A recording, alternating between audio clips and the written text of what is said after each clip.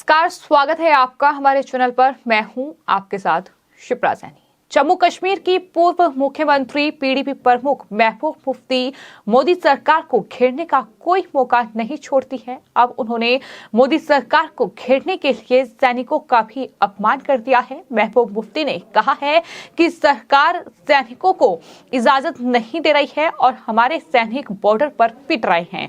इस तरीके से ये उनका बयान सामने आया है। लेकिन वहीं असम के मुख्यमंत्री हिमंता बिस्वा शर्मा ने बड़ा बयान देते हुए कहा है कि जो भी जानकारी साझा की जाएगी वो सेना की सहमति से ही जानकारी साझा रक्षा मंत्री करेंगे। ये बड़ा बयान उनका सामने आया है। लेकिन जिस तरह से अरुणाचल प्रदेश के तवांग सेक्टर में सैनिकों में झड़प हुई, चीनी सैनिक और भारतीय सैनिक वहां आपस में भिड़े। हालांकि उसका वीडियो भी सामने आया है कि किस तरह से भारतीय सैनिकों ने चीनी सैनिकों को सबक सिखाया है। लेकिन उसके बावजूद भी विपक्ष के नेता जिस तरह से लगातार सेना पर सवाल उठा रहे हैं, लगातार सरकार को घेरने के लिए कह सकते हैं कि वो सेना का इस्तेमाल कर रहे हैं, उसी कड़ी में अब जम्मू कश्मीर की पूर्व मुख्यमंत्री और पीडीपी प्रमुख महबूब मुफ्ती ने ये विवादित बयान दिया है। उन्होंने तवांग सेक्टर में हुई इस घटना को लेकर कहा है कि एलएसी पर हमारे जवानों पर हमला किया जा रहा है, उन्हें मारा पीटा जा रहा है, लेकिन उन्हें अपने दुश्मनों को मुंहतोड़ जवाब देने की इजाजत नहीं है। ये महबूब मुफ्ती की ओर से कहा गया है। हमारे सैनिक जो है उनकी पिटाई एलएसी पर हो रही है। ये महबूब मुफ्ती उस वक्त ऐसा बयान दे रही है जब ऐसे वीडियो सोशल मीडिया पर वायरल हुआ है, जिसमें साफ तौर पर दिखाई दे रहा है कि किस तरह से भारतीय सैनिक जो है चीनी सैनिकों को पीछे खदेड़ रहे हैं जब वो भारतीय सीमा में घुसपैठ की कोशिश कर रहे हैं। किस तरह से भारतीय जवानों ने उन पर लाठी डंडे बरसाए हैं, किस तरह से उन्हें खदेड़ा है।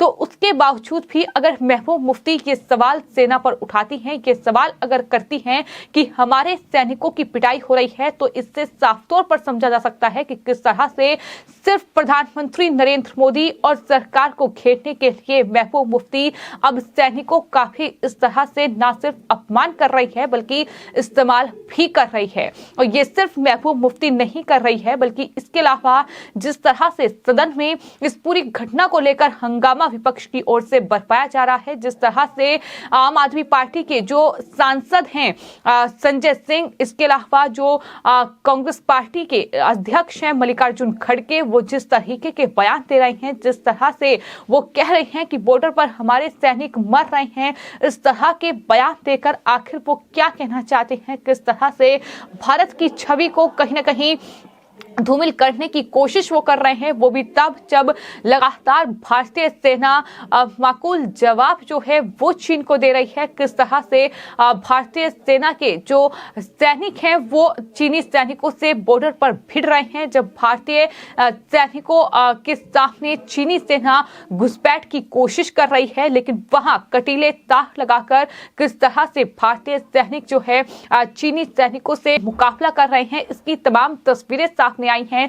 तमाम लोग जो हैं वो भारतीय सैनिकों का मनोबल बढ़ा रहे हैं, उनके इस पराक्रम पर कहीं ना कहीं उन्हें शाबाशी दे रहे हैं। लेकिन विपक्ष है कि अपनी राजनीति से इस पूरे मामले पर बाज नहीं आ रहा है और शायद यही वजह है कि इस तरह से एक बार फिर सैनिकों के नाम पर राजनीति हो रही है, एक बार फिर सेना का अपमान हो रहा है, जो कि इन तमाम विपक्षी दलों की पोल खोलने के लिए काफी है। किस तरह से मुद्दा चाहिए राजनीति करने के लिए, लेकिन सवाल ये है कि क्या सेना के नाम पर राजनीति करना सही है? जाहिर तौर पर प्रधानमंत्री नरेंद्र मोदी या फिर विपक्ष को बीजेपी से तकलीफ हो सकती है, सरकार से 100 सवाल हो सकते हैं, लेकिन भारतीय सैनिकों का इस तरह से अपमान कि वहां उनकी पिटाई हो रही है, कोई ये कह रहा है कि वहां वो मारे जा रहे हैं, वो भी तब जब रक्षा मंत्रालय की ओर से ये साफ तौर पर कहा गया है कि एक भी सैनिक गंभीर रूप से घायल नहीं है, एक भी सैनिक शहीद नहीं हुआ है। उसके बावजूद भी इस तरीके के बयान ये महबूब मुफ्ती, फारूक अब्दुल्ला, उमर अब्दुल्ला और साथ ही साथ कांग्रेस पार्टी के नेता, इसके अलावा आम आदमी पार्टी के नेता इस तरह की बयानबाजी कर रहे हैं। आपको ये बता दें कि एक तरफ महबूब मुफ्ती इस पूरे मामले को लेकर ये विवादित बयान और सेना का अपमान उनकी तरफ से किया गया है, तो वहीं दूसरी तरफ तवांग मुद्दे को लेकर राज्यसभा में भी हंगामा हुआ। संसद में कांग्रेस सहित तमाम विपक्षी दलों के सदस्यों ने इस मुद्दे को फिर से उठाया और इस पर चर्चा कराने की मांग की। चर्चा की अनुमति नहीं मिलने पर अलग अलग विपक्षी दलों के सदस्यों ने वॉकआउट कर दिया। लेकिन वहीं जो असम के मुख्यमंत्री हैं हिमंता बिस्वा शर्मा, उनकी तरफ से ये कहा गया कि भारतीय सेना चीनी सेना की आंखों में देख रही है, यानी उनसे डटकर मुकाबला कर रही है। हमारी सेना ये तय करेगी कि कब कौन सी जानकारी साझा करनी है और किसको विश्वास में लेना है, और ये सेना की रणनीति के आधार पर होगा।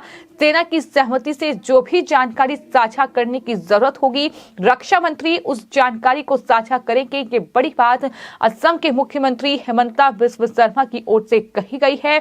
लेकिन इस तरह से विपक्ष को जाहिर तौर पर इस पूरे मामले को लेकर राजनीति करनी है।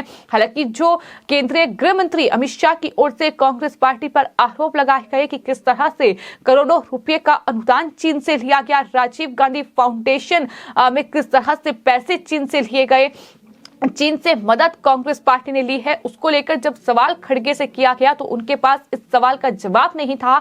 और उन्होंने ये कहा कि इस पूरे मामले का केंद्रीय गृह मंत्री अमित शाह ने जो आरोप लगाए हैं उससे कोई लेना देना नहीं है। यानी कांग्रेस पार्टी के पास जाहिर तौर पर आरोपों का जवाब नहीं है और इस तरह से इस पूरे मामले को लेकर सियासत करनी है, सैनिकों का अपमान करना है, जो कि लगातार 2 दिन से देखने को मिल रहा है। और खड़गे ने शून्यकाल में चीनी अतिक्रमण के मुद्दे पर चर्चा कराने की मांग की। उन्होंने कहा कि हमने कल भी इस मुद्दे पर चर्चा के लिए नोटिस दिया था।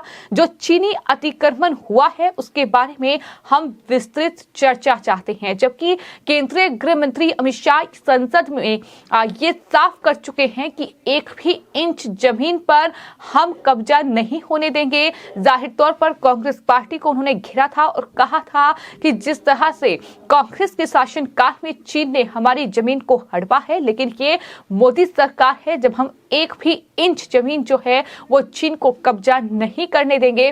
उन्होंने जवाब साफ तौर पर दिया था। लेकिन चूंकि इस तरह से सदन का सत्र चल रहा है और कहीं न कहीं तमाम मुद्दों को लेकर हंगामा लगातार देखने को मिल रहा है, इसी कड़ी में आम आदमी पार्टी के जो सांसद हैं संजय सिंह, उनकी तरफ से न्यूज नेशन को जो इंटरव्यू दिया गया है उसमें उन्होंने सेना के शौर्य को तो नमन किया, लेकिन साथ ही साथ मोदी सरकार पर सवाल खड़े कर दिए। उन्होंने कहा कि सेना के शौर्य और गौरव को नमन, अपनी जान जोखिम में डालकर देश की सीमा की रक्षा करने वाले वीर जवानों को हम गर्व करते हैं।